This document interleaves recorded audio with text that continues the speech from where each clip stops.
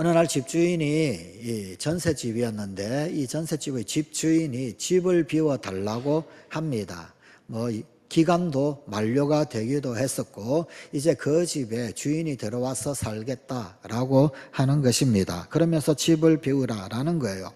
그런데 그 다음에 이 집주인이 세입자에게 계속하는 말이 세입자를 굉장히 당혹스럽게 만드는 말이었습니다. 그것은 이 집주인이 지금 돈이 없으니까 그래서 전세금을 지금 당장 지불을 할 수가 없으니까 그러니까 일단 전세권 설정을 해제를 해주면 그러면은 그 다음 담보로 돈을 융자를 해서 그래서 이 전세금을 다시금 돌려주겠다. 대출을 받을 수 있도록 전세권 설정을 먼저 해주면 받아서 융자를 받아서 전세금을 지불하겠다 이런 말입니다.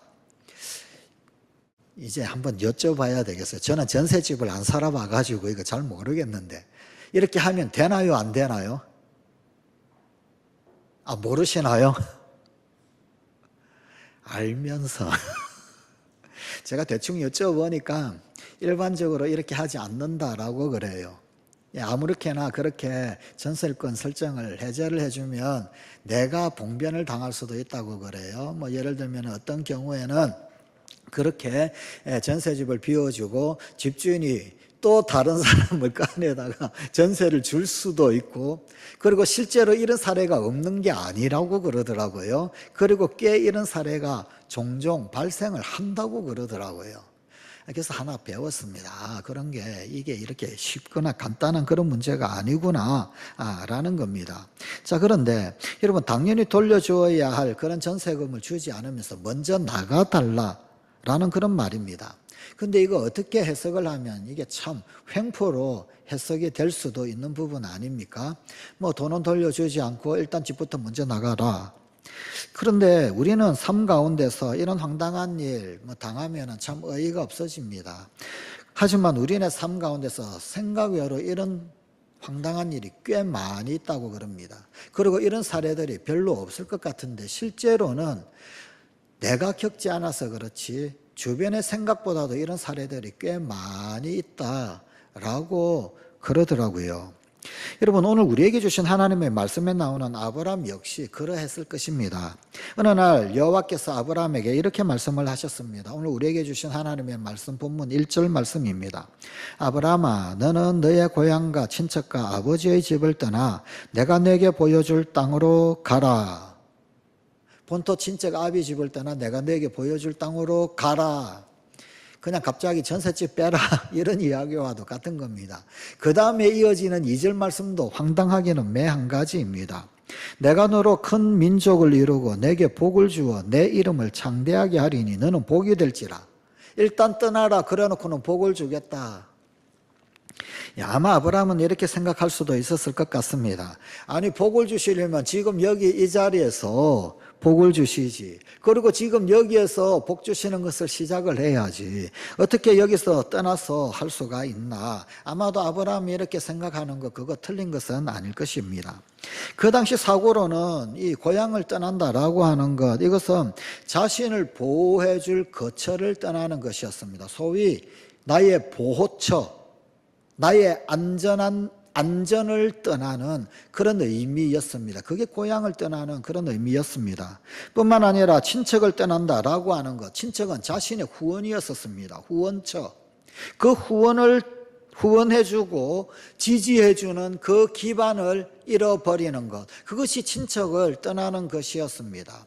뿐만 아니라 아버지 집을 떠난다라고 하는 것, 그것은 아버지 다음으로 내가 상속된 권리를 잃어버리게 된다라는 거예요. 아버지 다음으로 당연히 상속의 권리를 이어받게 되는데 그것을 포기하고 그것을 잃어버리게 되는 그런 의미더라라는 겁니다. 그러니까 본토 친척 아비 집을 떠나라 라고 하는 이 말은 너를 보호해주는 안전한 거처를 포기하라, 떠나라, 버리라 라는 말이고 너를 후원해주고 너를 지지해야 하는 기반 세력을 그거를 떠나라, 포기하라 라는 말이고 무엇보다도 권리, 특별히 아버지의 기업을 이을 상속 권리 그것을 포기하고 떠나라, 잃는다 그런 의미가 되는 겁니다. 결국은 재산도 권력도 보호도 후원도 이런 모든 것들도 다 버리고 떠나라라고 하는데, 그런데 여러분 이게 복이 되겠습니까? 원래 고대에는 여러분 후원이 든든한 것, 이게 복입니다. 나를 지지하는 지지 세력이 아주 든든한 것, 이게 복입니다. 뿐만 아니라 아버지에게 이어받을 상속이 든든한 것, 이게 복이에요. 무엇보다도 나를 보호해주는 그런 어떤 보호처, 안전처, 안전한 것이 나에게 딱 있다, 이게 복이란 말입니다. 그런데 이거는 일반적으로 상식적으로 생각을 해볼 때 사실은 나에게 주어져 있는 복을 다 거두어 차버리는 거예요. 복을 거두어 차면서, 그러면서 하나님이 말씀하시는 게, 그러면 내가 너에게 복을 주리라.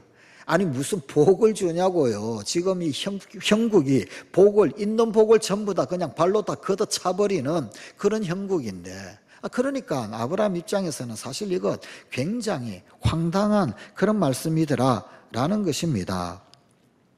여러분, 아브라함이 하나님의 말씀을 처음 들었을 때 그는 사실 참 황당한 느낌을 받았을 것입니다. 이 옛속담에 말 한마디로 천냥빚을 갚는다라는 말이 있지 않습니까? 말이 아다르고 어다르다라고 그럽니다. 그죠? 그때그때의 상황 그리고 상대방을 배려하면서 말을 한다라고 하면 좋은 일이 생긴다. 그게 말 한마디로 천냥빚을 갚는다, 그런 말의 뜻 아니겠습니까? 그런데 앞서 소개했던 그 집주인, 이 집주인은 그 은행이 오히려 세입자를 참 화나게 하는 그런 은행입니다. 마치 가진 자의 횡포처럼 느껴지기도 합니다. 전세권 설정을 풀지 않으면 전세금을 주지 않겠다, 못 준다. 그러니까 이 말은 사실 어떤 한편으로는 참 무례한 말이죠. 그죠? 내가 어떻게 해서든지 마련해서 줄 테니까 집을 좀 빼주시오, 이래야 맞는 거잖아요. 그죠?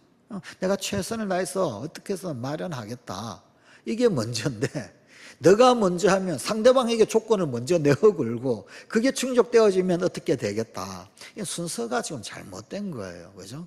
뭐 하다가 안 되어서 정말 내가 미안하다.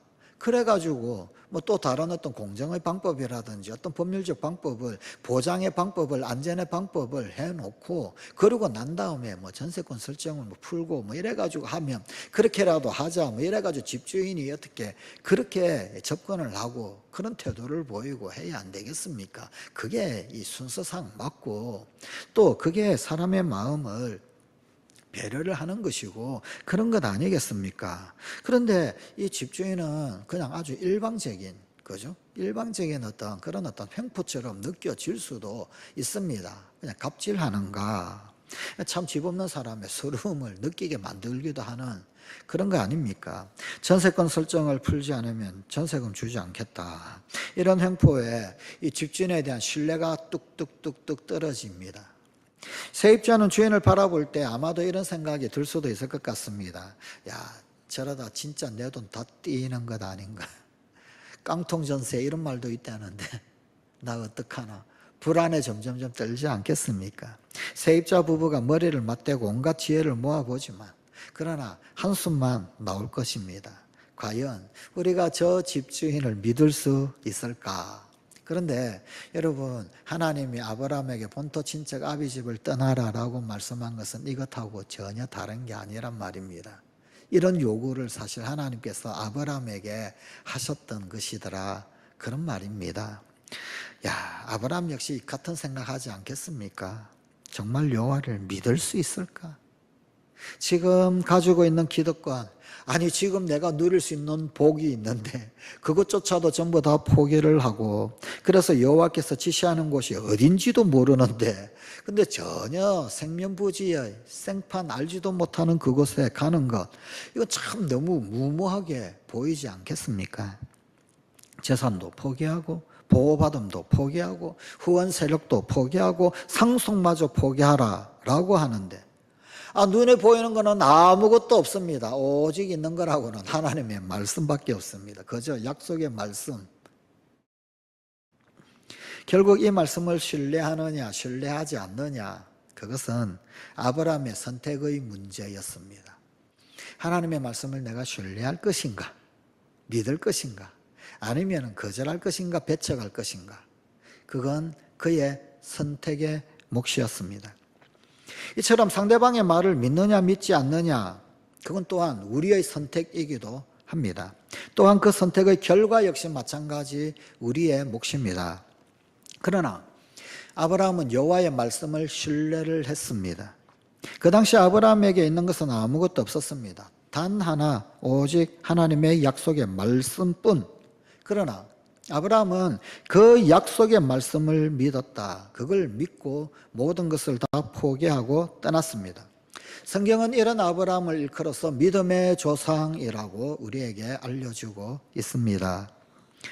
눈에 보이는 것은 아무것도 없지만 약속의 말씀을 붙든다. 그리고 그 말씀하신 분이 하나님이시다. 하나님이 말씀하셨으니 그러나 그 말씀 바라보고 나아갈 수 있는 믿음, 그것을 지닌 자가 아브라함이다. 그래서 그를 믿음의 조상이다 라고 하는 것입니다. 성경은 우리들에게 참으로 수많은 약속의 말씀들을 전해주고 있습니다. 성경에 얼마나 많은 우리에게 주신 그런 약속이 있는지 모릅니다. 눈에 보이지 않지만 또 직접 만질 수도 느낄 수도 없지만, 하지만 그 말씀들을 우리가 믿을 때 그때 우리도 이 아브라함처럼 복의 근원이 될 수 있다. 그럼 믿지 않으면 어떻게 되느냐? 믿지 않을 때 우리는 그저 평범한 인생이 될 수도 있다라는 겁니다. 선택은 우리의 몫입니다. 성관가족 여러분, 수없이 우리에게 주시는 이 약속의 말씀들 믿으십니까? 그 말씀을 아멘이라고 하십니까? 도대체 내가 뭘 보고 믿나? 정말 믿을 수 있을 것인가? 믿을 수 있을 것인가?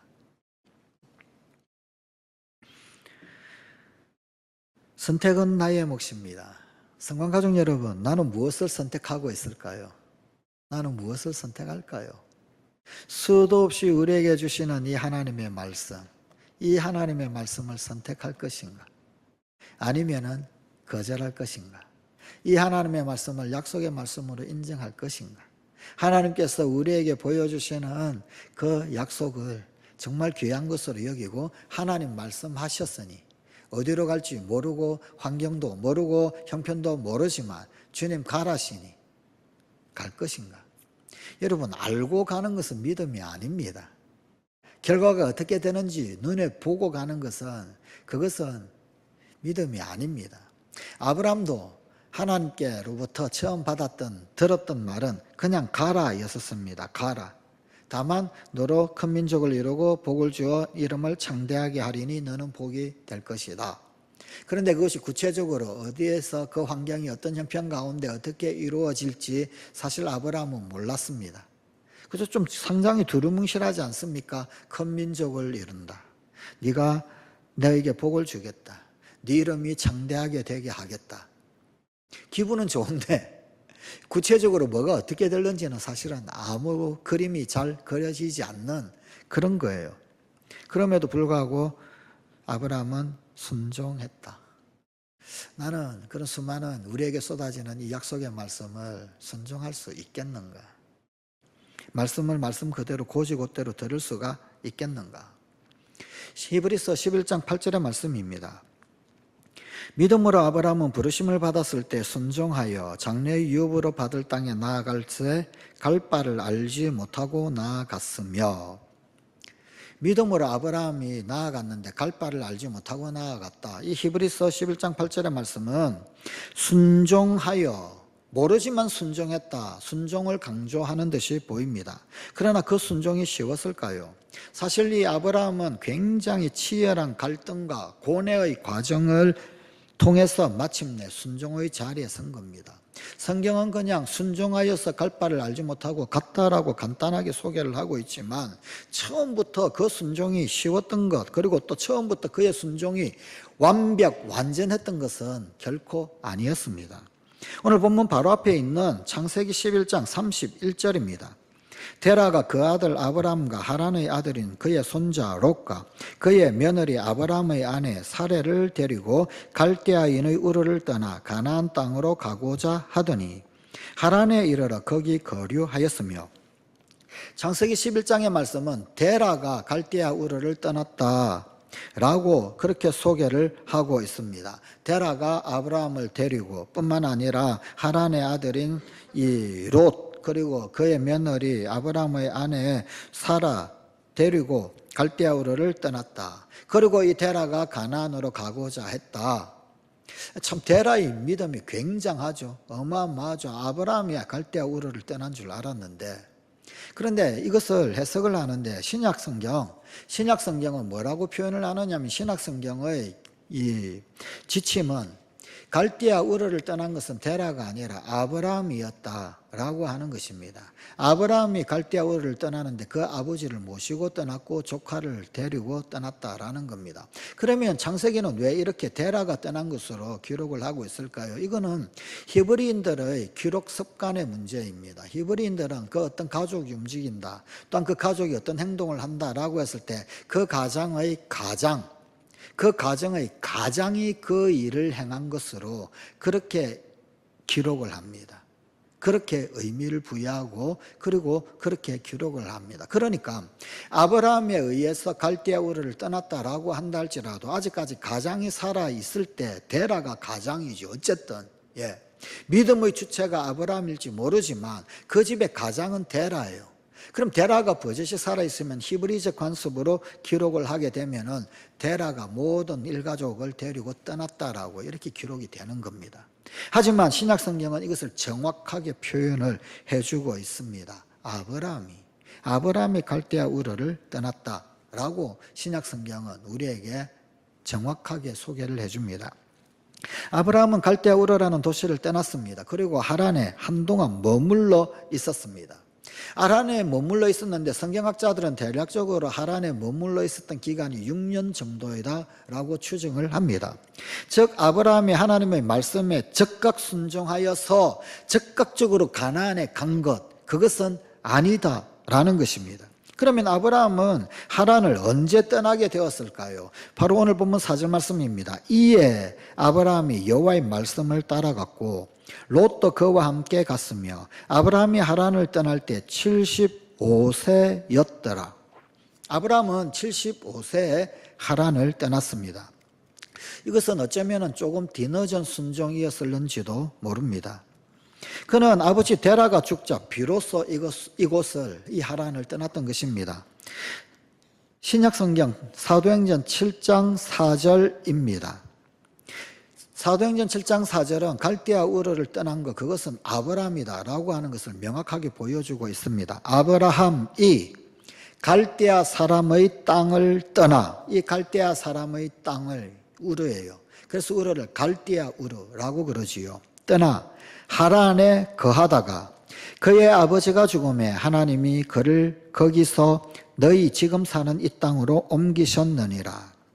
아버지, 가족이라고 하는 그 존재가 이 아브라함으로 하여금 하나님의 말씀을 온전히 따르지 못하도록 만든, 그래서 하란에서 상당한 기간을 머물게 한 장애의 요인이었을는지도 모릅니다. 사실 하나님이 아브라함에게 주신 말씀은 떠나라, 너 혼자 떠나라, 너 먼저 떠나라 라는 것이었습니다. 그것이 본토 친척 아베 집을 떠나라 라는 말의 의미였습니다. 하나님은 분명히 너의 고향을 떠나라, 친척을 떠나라, 아버지의 집을 떠나라 그렇게 말씀을 하셨습니다. 그런데 그는 아버지의 집을 떠나는데 아버지를 모시고 갑니다. 친척을 데리고 갑니다.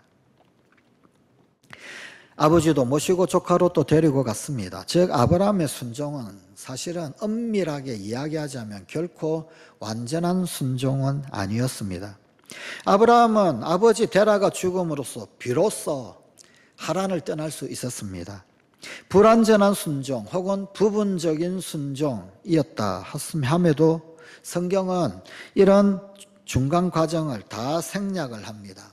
이런 어떤 모습을 어쩌면 자세히 성경에 기록하면 이렇게 기록하고 있지 않겠습니까? 아브라함이 하나님의 말씀을 듣고 갈대아 우르를 떠날지 말지 고민을 하다가 그러다가 아버지 조카를 데리고 결국 우르를 떠났고 하란에 도착하여서는 또 이곳을 떠날지 말지 계속 고민하다가 아버지께서 돌아가시고 난 이후 할 수 없이 가나안에 이르렀다. 그러나 성경은 이런 기록을 전혀 남기고 있지 않습니다. 다만 성경은 아브라함이 믿음으로 순종했다. 믿음으로 순종했다라고 마지막 결론만을 기록합니다. 이처럼 우리가 믿는다라고 하지만 사실 우리의 믿음이 그렇게 결코 온전한 것은 아닙니다.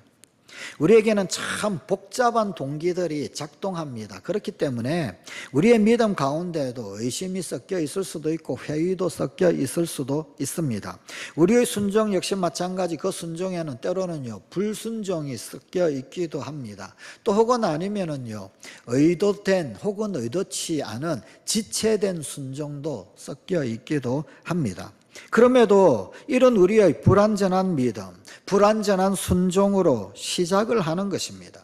비록 그것이 불완전하지만, 불완전한 믿음이지만 믿음의 첫걸음, 불완전한 것이지만 순종의 첫걸음, 그 첫걸음을 내디디는 것입니다. 하나님의 말씀을 붙드는 그 첫걸음이 중요한 겁니다. 그럼에도 불구하고 내가 이것 붙들고 이것 믿고 이 말씀 의지해서 한 걸음 나갑니다. 갑니다. 그래서 하나씩 나가는 것, 한 걸음 첫걸음 깨는 것, 이게 정말 소중하고 정말 중요한 것이더라라는 것입니다. 그리고 또 한 걸음 내딛고 그리고 또 한 걸음 내딛는 것입니다. 곧바로 가나안에 가지 못했다 할지라도 혈혈단신 혼자서 정말로 모두를 다 떠나서 나 혼자 먼저 떠나는 것이 아니었다 할지라도 주섬주섬 그래도 나 혼자 가는 것보다 가족이 많이 가는 것이 좀 그래도 든든하지 않겠나 싶어서 아버지 챙기고 조카 챙기고 그래가지고 갔다 할지라도 또 가다가 중간에 하란에 6년씩이나 머물러 있었다 할지라도 그럼에도 불구하고 한 걸음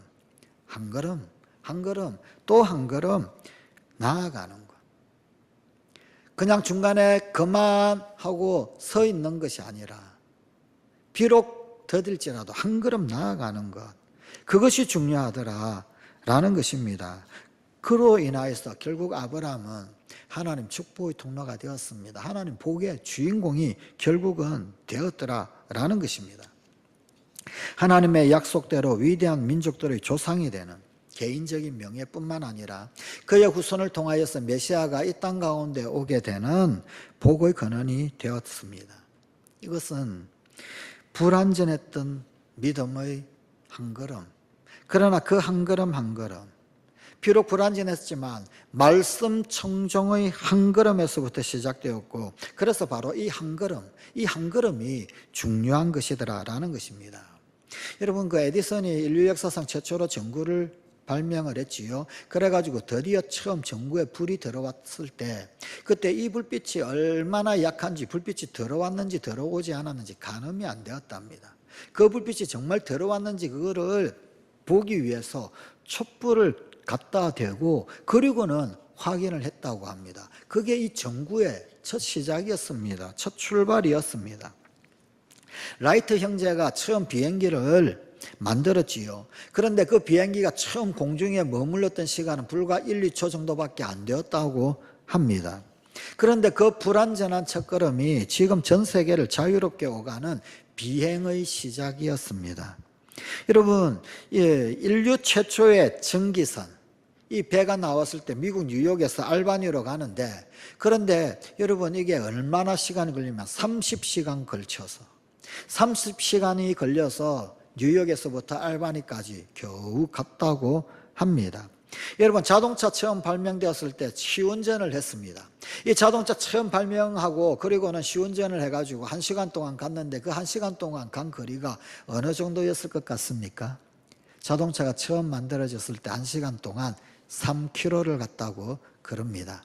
여러분 1시간에 3km 간다. 군인들이 1시간에 행군하는 거리가 4km입니다. 사람보다도 더 늦다라는 겁니다. 이때 이 자동차는 굉장히 우스개가 되었어요. 시운전을 하는데 그때는 마차를 타고 다녔잖아요. 마차가 다 앞서가고 지나가면서 마부들이 다 손가락질하고 조롱하고 웃었습니다. 그게 자동차의 첫 시작이었습니다. 그런데 지금은 어떠합니까? 그렇습니다. 불완전해도 괜찮습니다. 불완전하지만 이 우리의 믿음의 첫걸음, 순종의 첫걸음, 말씀 청종의 첫걸음, 이 첫걸음이 정말 중요합니다. 본문 4절 말씀은 이에 아브라함이 여호와의 말씀을 따라갔고 라고 기록합니다. 성경은 아주 짧게 기록하지만 그러나 사실은 천신만고의 여정을 그 다음 구절 가운데서 이렇게 소개합니다. 창세기 12장 5절입니다. 아브라함이 그의 아내 사레와 조카 롯과 하란에서 모은 모든 소유와 얻은 사람들을 이끌고 가나안 땅으로 가려고 떠나서 마침내 가나안 땅에 들어갔더라. 마침내 가나안 땅에 들어갔더라. 여기서 정말 인상적인 단어가 바로 마침내라는 단어입니다. 우리의 걸음이 불완전한 걸음이다 라고 한다 할지라도 전능하신 하나님을 믿고 하나님의 말씀을 존중하면서 하나님의 비전과 계획을 신뢰하면서 한 걸음 한 걸음 한 걸음 옮겨갈 때 마침내 우리에게 영광을 보이실 그 하나님의 인도하심, 그거 신뢰하시는 그런 우리 성간가족들이 되십시다. 마침내 우리도 이 마침내의 주인공이 되는 그런 우리 성간가족이 되십시다.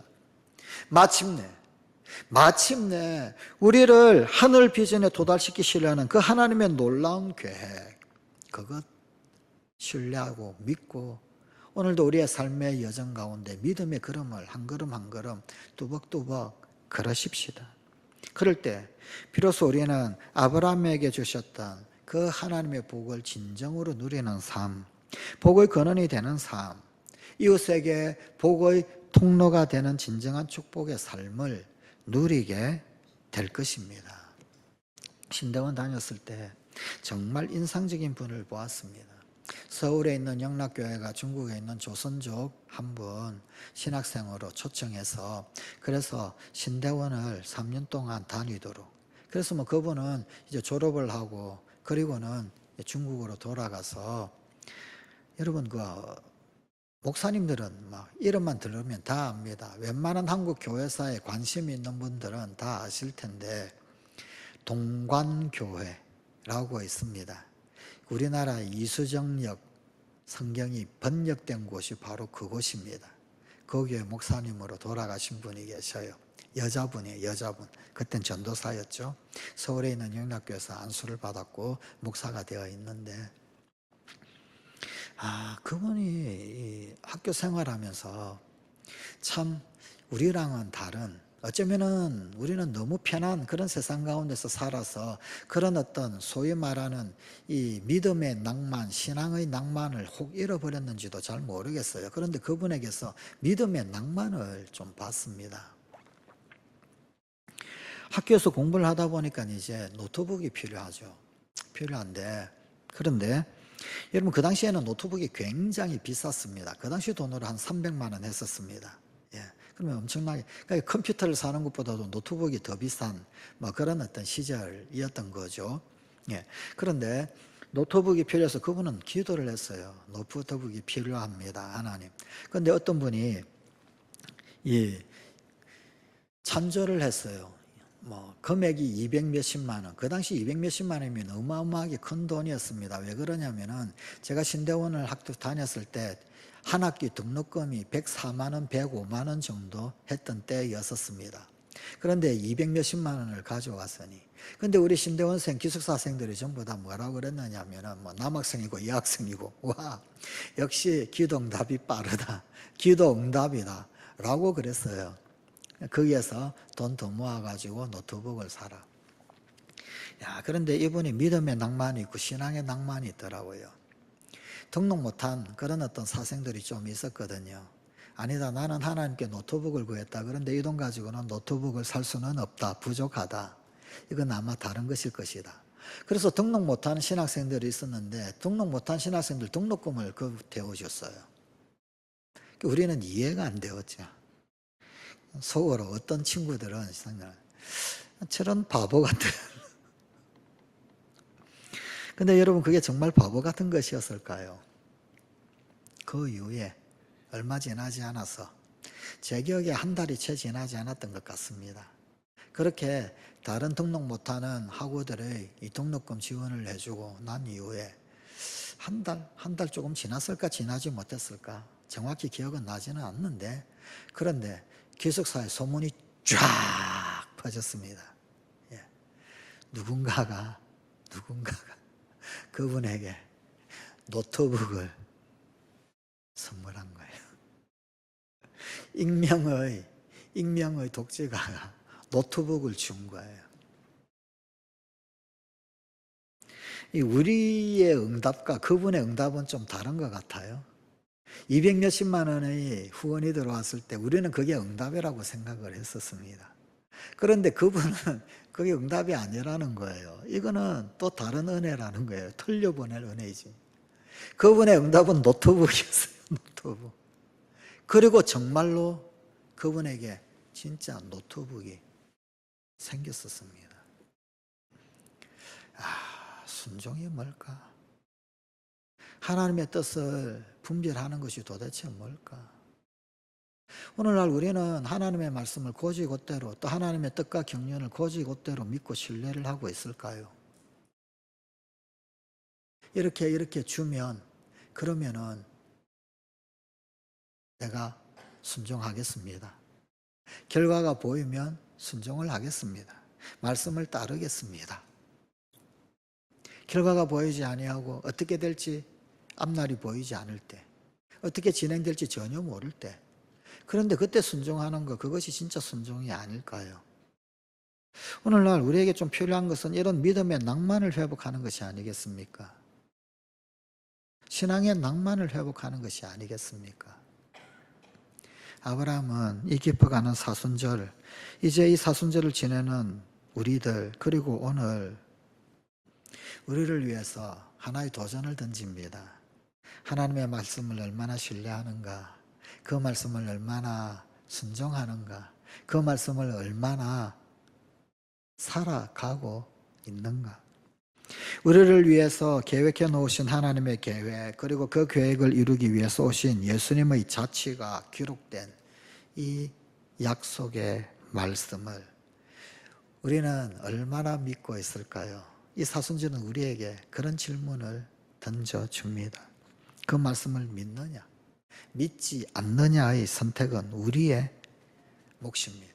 그러나 우리가 하나님의 약속의 말씀에 대한 순수한 믿음으로 나의 발걸음을, 우리의 발걸음을 내디딜 때 비록 불완전하지만 우리 믿음의 한 걸음, 내 믿음의 한 걸음, 우리 순종의 한 걸음, 내 순종의 한 걸음, 우리 말씀 청정의 한 걸음, 내 말씀 청정의 한 걸음, 이 한 걸음 한 걸음을 내디딜 때 마침내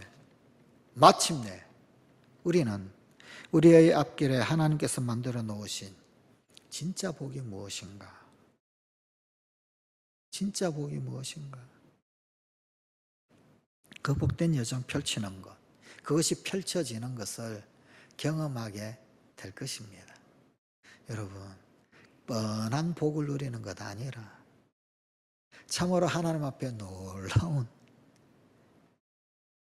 이럴 수 있나?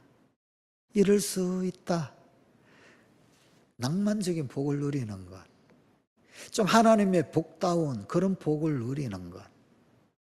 여러분, 그게 오늘 우리에게 정말 필요한 신앙의 근본이 아닐까요? 이 사순절은 우리에게 끊임없이 그런 질문을 던질 것입니다. 네가 말씀을 따르겠는가? 네가 말씀을 신뢰하겠는가? 말씀을 청종하겠는가? 아브라함뿐만 아니라 우리 역시 한 걸음 한 걸음 한 걸음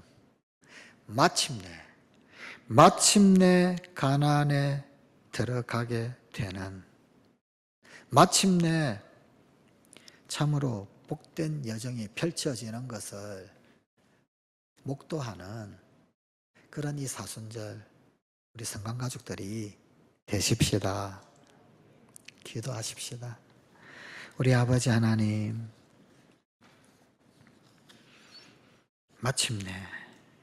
마침내 우리의 앞길에 하나님께서 만들어 놓으신 복된 여정 펼쳐지는 것, 바로 그 놀라운 은혜 여정 가운데 있는 우리 사랑하는 성관 가족들이 되게 하여 주옵소서. 이제 사순절을 지내고 있는 지금 우리의 삶의 여정, 우리의 신앙의 여정, 우리 하루하루의 여정이 우리 주님 앞에 믿음의 낭만, 신앙의 낭만을 회복하고 우리 주님과 참으로 진한 동행을 이어가는 이 사순절이 되게 하여 주시옵소서. 우리 주 예수님 이름으로 기도드리옵나이다. 아멘.